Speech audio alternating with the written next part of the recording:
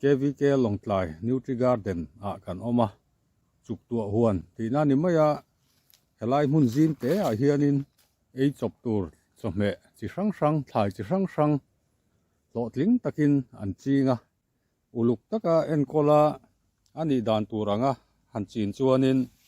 mani in bula thlai thar thatak tak mai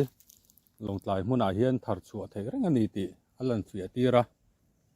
hei hi KVK Nutri Garden a tomato an chin ania heng lai mi hi la min chi lo dewa seng thei tre to hei lo tling takin helai hian tomato an chinga mu po nuam khop mai tuna hianin helai Nutri Garden enkol tu berin an enkol dan chan chin te min han ril sela a thange ola hei Nutri Garden program kan han neya KVK in hemina Nutri Garden program ina tumber chu chung tin ten chuk to huan in bul huan maya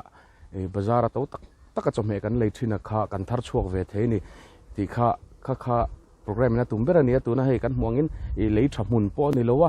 amaro chu khur kan laya ran ek kan hmu the ang kan leitha kan hmu the ang kha in bul hnaya kan hmu the ang kha kan han mang topa ti khan thlai kan han chinga uluk takin tui kan pe ti hian an lo puiting ve maya dam doi enga mote amo a ven na ven na ran nung ven na ti vel po mang lem lowin ti hian in bula chuan himdam takin thlai chi thar thei ni ti kha Nutri Garden program manga kan mu chua le kan zir chua de kan show bera chu ani